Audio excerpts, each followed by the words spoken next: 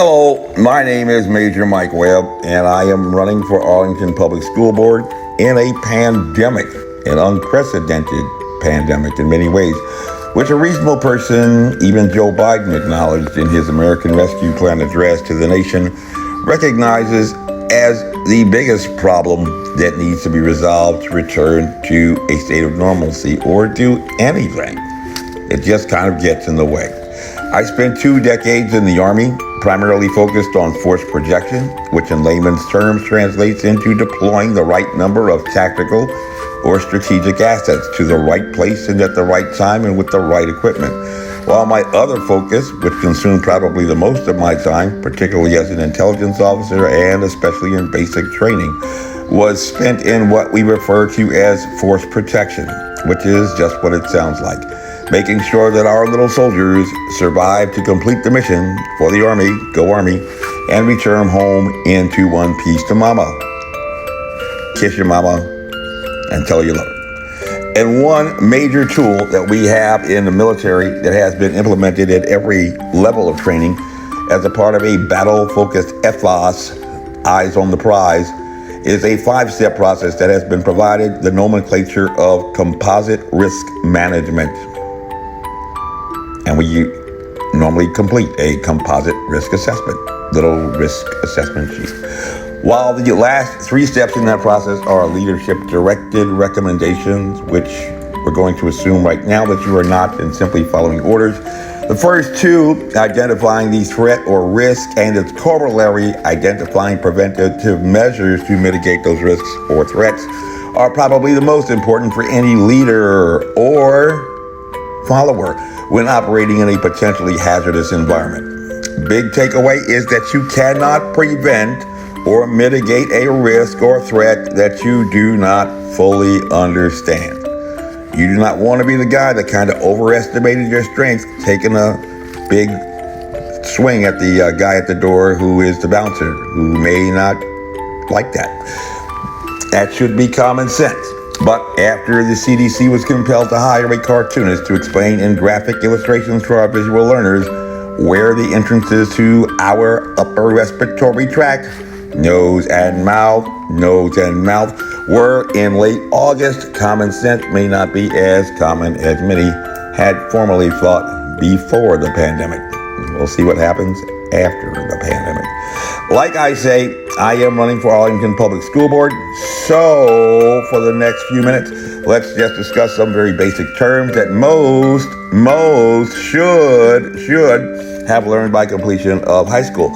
And according to the last census, 93.4% of age-eligible Arlingtonians at least reported to the census takers. I'm not saying that they lied, I'm just saying that this is what they reported, that they had graduated from high school. According to the Pew Research Center, our most educated voters by credential tend to describe themselves as progressive and vote practically religiously for Democrat Party candidates, even if they tend also not to vote religiously for religious things, tending to be more on the nun and atheist side. And in an increasingly partisan environment where the political affiliation or ideology tends to dictate our sources of news content, as a intel guy, I read everybody's content, but intelligent people evidently only read their own content, choosing those news sources that reinforce our own biases and not necessarily to inform us. While most Americans also say that they prefer to associate with persons who think like they do and share the same values, which one might reasonably anticipate only tends to increase a sense of division. If you're a preacher, maybe you want to be around a whole bunch of people that actually respond when you say, "Can I get an amen?" But if you actually want to learn something, maybe you want to get a little evolutionary pressure. And with regards to a novel coronavirus that even was causing scientists focused on the problem or on the front lines a little difficulty. An amazing 76% of our highly educated, isolated, insulated, and enlightened voters, Democrat Party voters and passive listeners to news content like NPR, told research surveys that they believed They believed that they understood science, outperforming even the scientists. And Arlington statistically has become so loyal to the Democratic Party that the last Republican presidential candidate to carry this municipality was Ronald Reagan way back in 1980, not long after I got into high school. But for some reason, even with the most government scientists in the nation located in this municipality and ranked 14th in graduate degrees, we couldn't figure out how to get a few kids who actually wanted to take a PSAT to qualify for a scholarship into a classroom to take that test and possibly get awarded a scholarship. And we closed schools during a pandemic because they couldn't figure out how to do this safely. But now we're trying to do that now, at least according to the hashtags produced by the Arlington Public Schools. They are awesome. And if you had attended an awesome elementary school and middle school, as you say, when it comes to math and science in an age where everyone wants to go to college to pursue a high-paying STEM degree like biology, where you're going to make $67,000 a year if you can get that job in one of the most underemployed college majors, second only to 39% psychology. There is some basic knowledge that should be as easy as reciting your alphabets. That's ABC if you were in the slow class. So when somebody says laws of gravity, laws of inertia, laws of conservation of matter and energy, even if you were still having some problems with those on a conceptual level, not able to write an essay for your SATs, if you take one, unlike some people that are at the State Health Commission, you should be thanking Sir Isaac Newton, the guy with the funny clothes who had an apple fall on his head that made him start to think about science stuff. But you should also have a little grasp of topics in the science of biology. And you should know some basic facts. Basic facts like cells being the building blocks of life. This should be reviewed.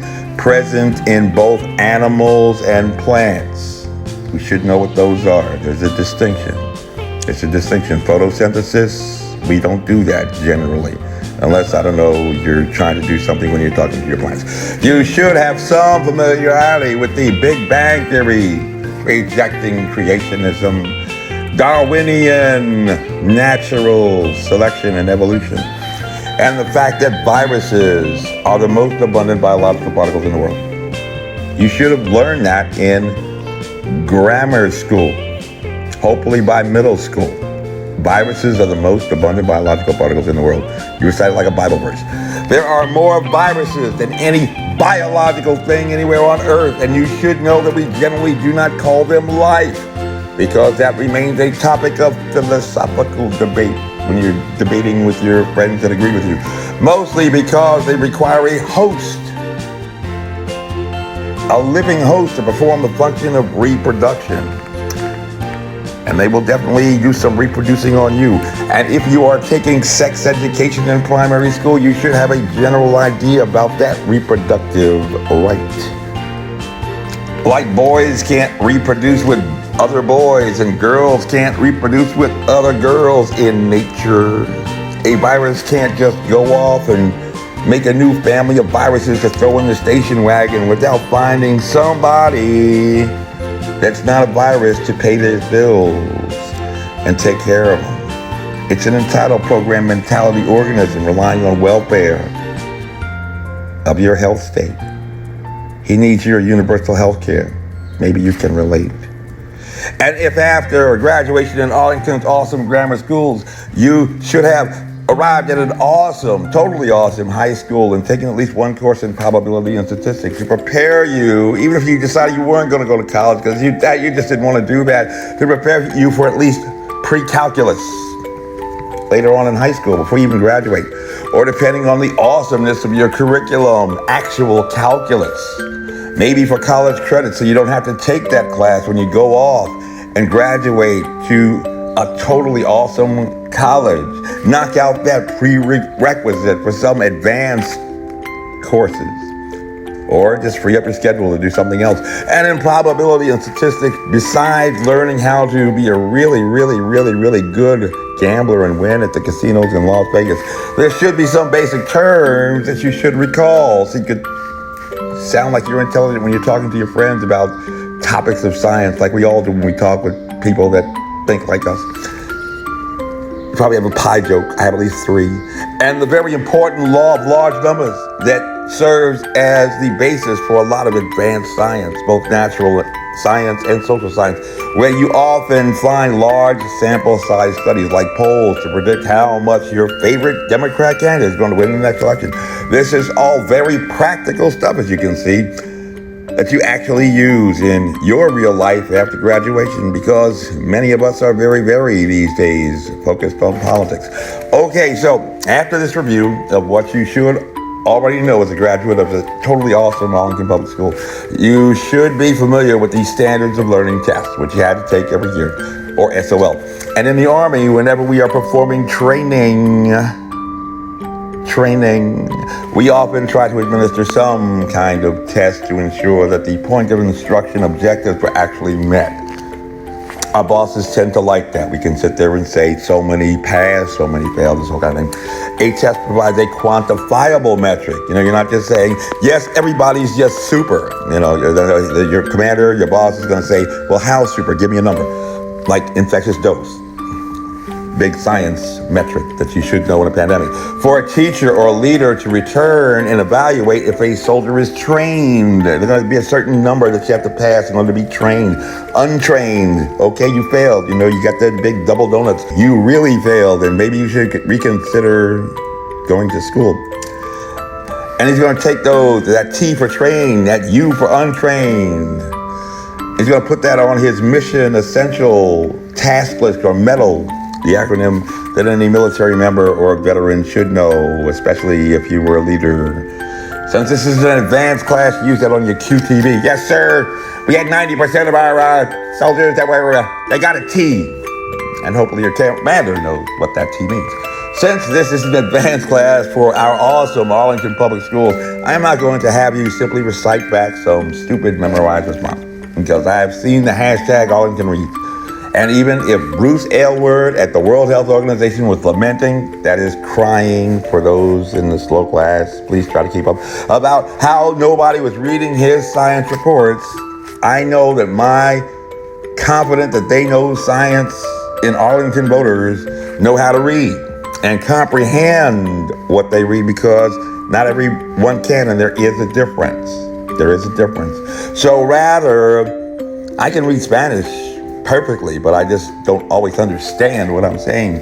So rather, I am going to let you employ just a little bit of analytical reasoning based upon those basic science and math concepts from grammar school and high school that we just reviewed. You're going to show me how good you are at being big thinkers, think alike.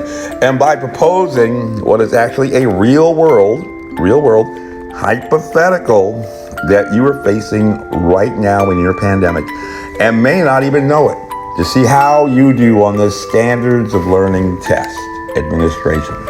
A few years ago, the Arlington Public School Board actually took the time at a board meeting, I was there, to remove the words high standards from the mission statement at the Arlington Public School, because as Reed Goldstein, a senior employee at the Department of Defense, DOD, where everything in the world is driven by mission. Hey, soldier, you're on a mission. What's your mission? Mission. Statements actually said that mission statements are just a pedantic exercise in creative writing. It sounds very, very, eloquent. Pedantic exercise in creative writing. And perhaps that was A-okay with his boss at DOD. I don't know. I would not want to say that to my boss at DOD. While Barbara Cannonen, currently the vice chairman, believed that at the awesome public schools in Arlington, even with their century-and-a-half-year-old achievement gap, they didn't need to say the words high standards in their mission statement because they were already doing that. Simply redundant. Why waste the ink? Save the trees. So, pencils ready. I'm going to give you a number. I'm thinking of a number 220. And if in Jeopardy mode with Alex Trebek, you reflexively blurted out in the form of a question, what is the number of viruses that were harmful to man before SARS-CoV-2? You get an extra credit point for doing some advanced reading while staying at home, not just watching Netflix or Monday Night Football or Family Feud. And then I'm going to ask you, remember that 220 number, I'm going to ask you, not in an easy multiple choice question where you can use process of elimination or ask for a lifeline, but rather in the form of a short essay in your head. You need to, wait, do you have a pencil to write this down in your notebook? You might want to write it down. If not, just rewind the video and come back later. If you can't immediately just blurt out this answer immediately, which you should be able to do because you went to an awesome Arlington Public School. It's a tough question that apparently as many as half of adult Americans are having problems understanding because they have already volunteered for an experimental vaccine to help the president and Governor Northam reach what they keep calling herd immunity of 80%. Unheard of in science. Having not read the science from 2 decades ago that specifically redefined terms for a better understanding. Herd effect, that's like so 20 years ago, Joe. All of our scientists now, today, the enlightened ones, in state-of-the-art science, that they know that the correct word they should be using for what he is talking about is what? Come on, scientists, let's all say it in unison. Herd effect, right? If you have nothing to build up your immune response, like having been infected before or a vaccine or whatever that's going to actually prepare your body for this specific pathogen, you do not enjoy immunity with the rest of the people in the clique. It's a clique. It's kind of, it's kind of like high school kind of mentality. We're on the, we're on the swim team, but you're on the chess team. So you have like chess immunity. We got like football immunity, got cheerleader immunity and all this kind of stuff. Cause like we're actually in. Conversely,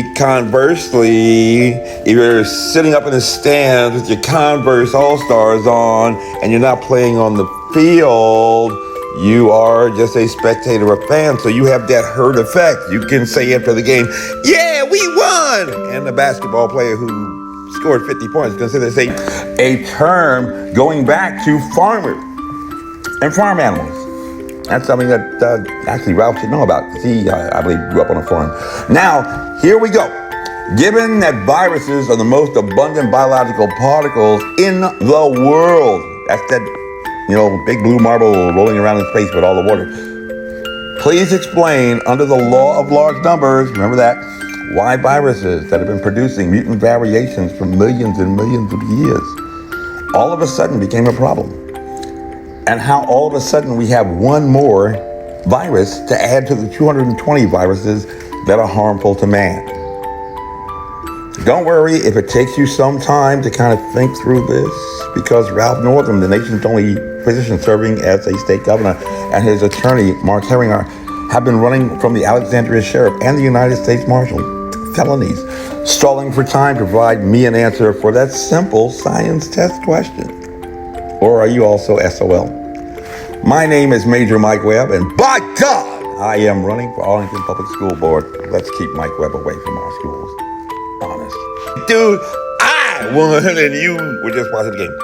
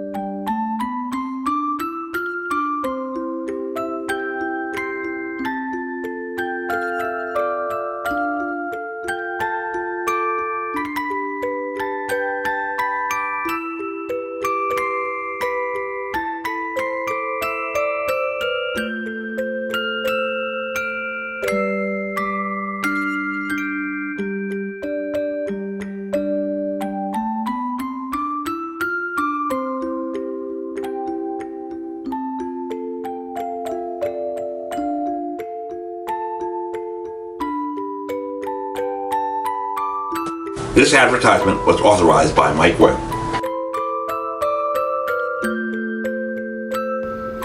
End of the day, I really don't give a damn. It's not my department. Honest. And y'all come back now. Here.